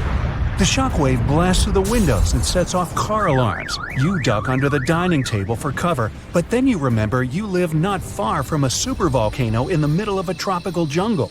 So, staying in one place isn't a good idea. The shaking finally halts. You take this chance to peek outside and see a giant cloud of smoke covering the sky. It's lunchtime, but you wouldn't know it. The sun is completely veiled and darkness falls. The power's out in the whole city.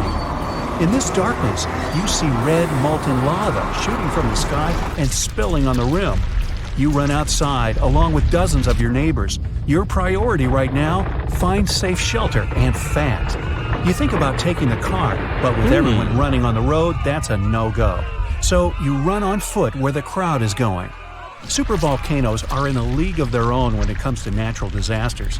Surprisingly, it's not all about size or height. A volcano is dubbed super if it erupts more than 240 cubic miles of magma. That's more than enough to overfill Lake Erie. It must also have a history of erupting and a magnitude of 8 on the Volcanic Explosivity Index. The largest active volcano on Earth is Hawaii's Mauna Loa. It's so big, it would cover the entire state of Rhode Island plus some. And next time you see a commercial plane flying high in the sky, remember that 30,000-some-foot altitude is about as tall as Mauna Loa is from base to summit. It's technically taller than Everest when you measure it like that, yet it's not considered a supervolcano.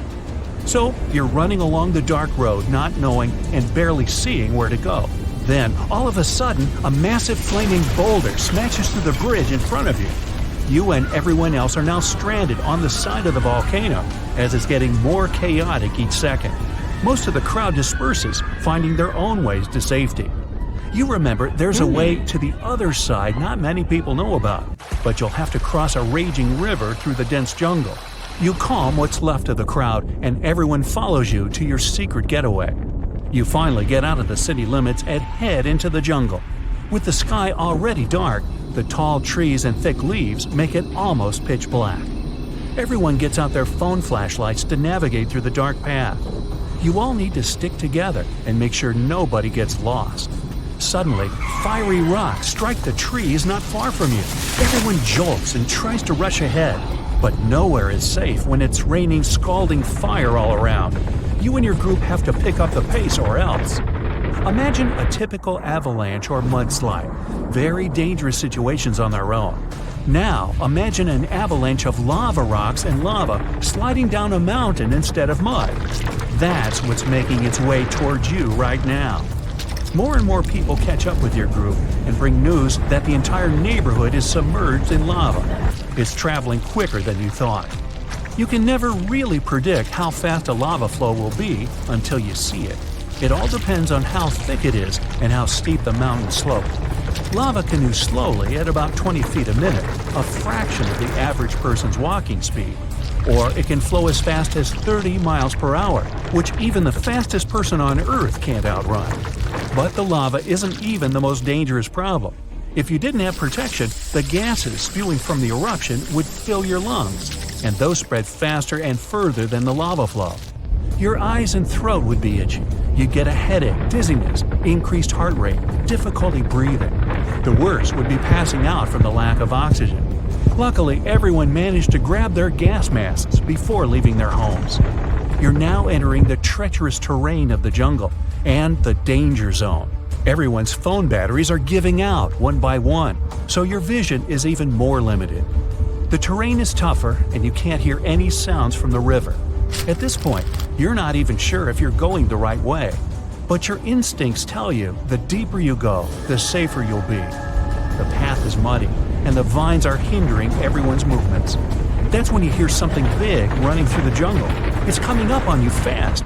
You can't see a thing until it's right up on you. A bear! And there goes a rhino. Wild cats, domestic cats, dogs, different creatures of all sizes and species. They all come running through the jungle right past you. You and your fellow humans aren't the only ones fleeing from the eruption. The rumbling is still going on. Before you know it, a shower of fire rock strikes right behind you and ignites parts of the jungle. There's no going back. Everyone picks up and runs for it. You hear thunder in the distance.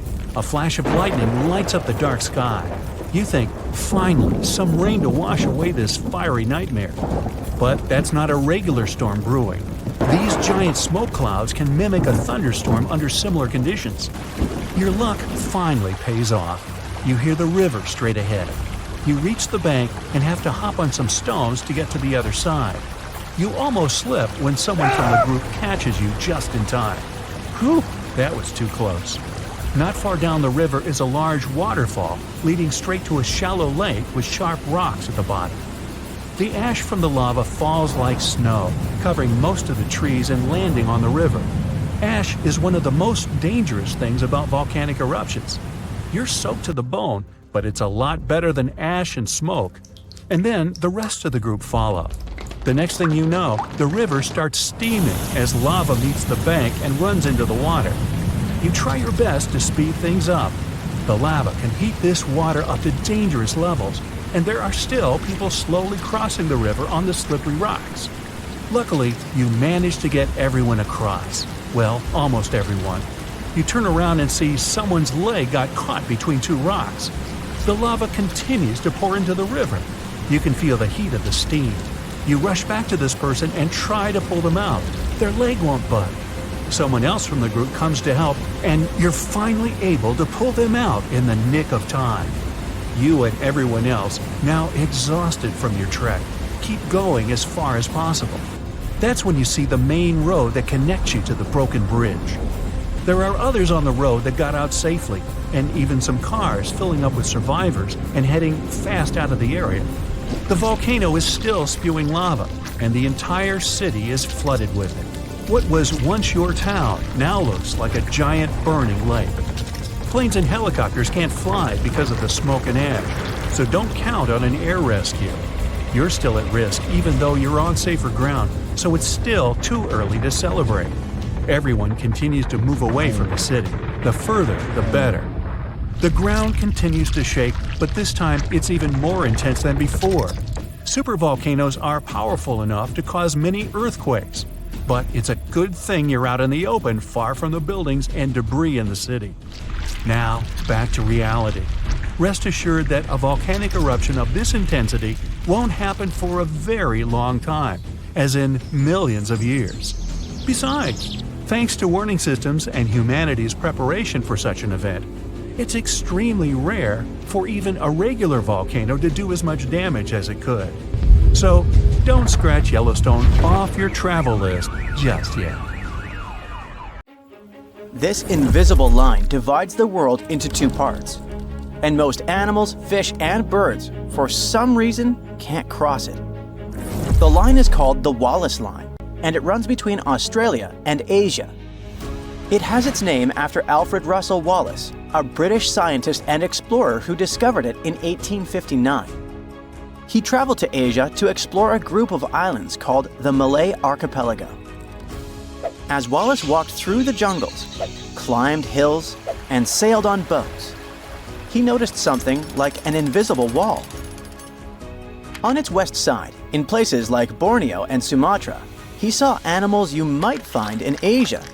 There were big rhinos munching on leaves and monkeys swinging from tree to tree. The forests were full of life, with all kinds of animals you'd expect to see in a jungle. But in places like Sulawesi and Lombok, just across the imaginary line he came up with, Wallace found animals more like the ones in Australia and colorful birds like cockatoos. The behaviors of animals differ on different sides of the Wallace Line. Some creatures are great at traveling across tough barriers like water, but others are not. For example, bats can fly across open water, but they sometimes cross the Wallace Line. On the other hand, big animals that live on land like elephants usually stay on just one side of the line. Some birds are shy and like to stay hidden in thick bushes and trees to avoid predators. They wouldn't feel safe flying over wide stretches of water with no place to hide.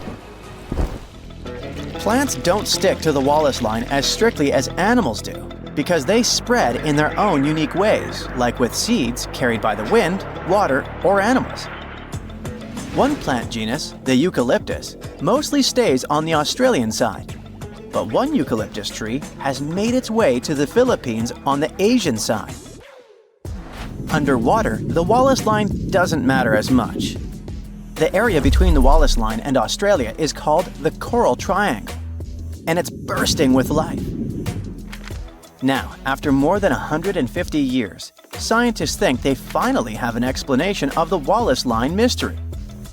They believe it all started about 35 million years ago, when Australia broke away from Antarctica and slowly moved up to crash into Asia. When this happened, the crash created a chain of islands called the Malay Archipelago between Asia and Australia. This caused extreme changes in the weather, which made the area very different and affected which animals could live there. Researchers used a computer model that looked at how more than 20,000 species of animals from both sides of the Wallace Line would have behaved millions of years ago. When Australia started to drift away from Antarctica, it opened up a huge new era of deep ocean around Antarctica. This is where the biggest ocean current on Earth, called the Antarctic Circumpolar Current, began to flow. This swirling current made the planet's climate much cooler and completely changed how animals could live in different places. But not all animals were affected in the same way. Indonesia stayed warm and rainy, which was perfect for animals from Asia. These creatures could hop from island to island like stepping stones and make their way toward Australia. But animals from Australia had a harder time. Over millions of years, they had gotten used to living in cooler, drier places, so the tropical islands didn't suit them as well. Scientists believe if we can see how animals adapted to big changes in weather patterns millions of years ago, we might be able to predict how today's animals will cope with a similar situation. Other scientists after Wallace also tried to describe and explain the invisible natural border between Asia and Australia, and came up with their lines. The Weber Line, for example, is in a slightly different location than the Wallace Line, between the Oriental and the Australasian faunal regions within Wallacea. It's a group of mainly Indonesian islands that are separated by deep water straits from the Asian and Australian continental shelves. They were never connected to the big continents by land, so animals that could swim, fly, or float across the water made it to these islands. That's why the creatures living there are so unique and come from both Asia and Australia. Weber's line is where the balance tips. If you go one way, most of the animals are from Asia. If you go the other way, most of the animals are from Australia. Another important migration event in the history of our planet happened in the Americas. Around 30 million years ago, South America became a separate landmass as tectonic plates moved and pulled it away from Antarctica and Africa. Once it was on its own, the animals living there started to evolve in unique ways and turned into creatures you couldn't find anywhere else in the world. There were animals we still see today, like opossums, giant rodents like capybaras and chinchillas, armadillos, anteaters, and sloths. Some of the animals from those times are now extinct. There were giant ground sloths, bigger than cars, roaming around. There were glyptodonts, which were like giant armadillos with super tough, bony shells. There were also huge, scary birds that couldn't fly but could chase down their prey. Up in North America, animals could still travel to other parts of the world through the Bering Strait. So North America was full of different animals like deer, bison, horses, camels, and even mammoths and mastodons. They all lived alongside predators like big cats, wolves, and bears. About 3 million years ago, the continents of North and South America got connected by a strip of land called the Isthmus of Panama. It formed because the tectonic plates shifted again. Some major volcanic activity between 25 million years ago also contributed to the process. Animals started to move between North and South America, and this long process went down in history as the Great American Interchange. During the Ice Age, huge glaciers in the north grew and shrank over tens of thousands of years. When the glaciers were at their biggest, they held so much water that the sea levels dropped, and forests probably turned into wide grassy plains. So animals had the perfect conditions to cross over. Giant ground sloths were among the animals that went up north from South America, all the way to Alaska. One special kind even roamed the chilly tundras alongside woolly mammoths and caribou. Lots of North American predators decided to explore the South. There were cats like cougars, jaguars, and saber-toothed tigers with their giant teeth. Wolves, foxes, otters, raccoons, and bears also joined the migration. The short-faced bear could stand up to 13 feet tall and weigh as much as a small car. South America also had some funny-looking animals called sanus, or South American native ungulates. These were hoofed mammals that evolved into all kinds of weird shapes while South America was isolated. Big animals from North America, for example, relatives of elephants with strange tusks, came to the south and became some of the largest creatures around. The ancestors of today's llamas settled in the Andes Mountains, and deer, tapirs, and peccaries thrived in the forests. Animals kept moving back and forth between the continents for thousands of years. But as the Ice Age ended, many of the bigger animals, like the giant ground sloths, couldn't adapt and disappeared. It seems North American animals were better at adapting to their new homes. You can find armadillos, porcupines, and opossums from South America in North America. But many of South America's most famous animals like jaguars, llamas, and spectacled bears left North America long ago. Scientists think South America's animals, after being isolated for millions of years, had a harder time dealing with new challenges when their ecosystems changed.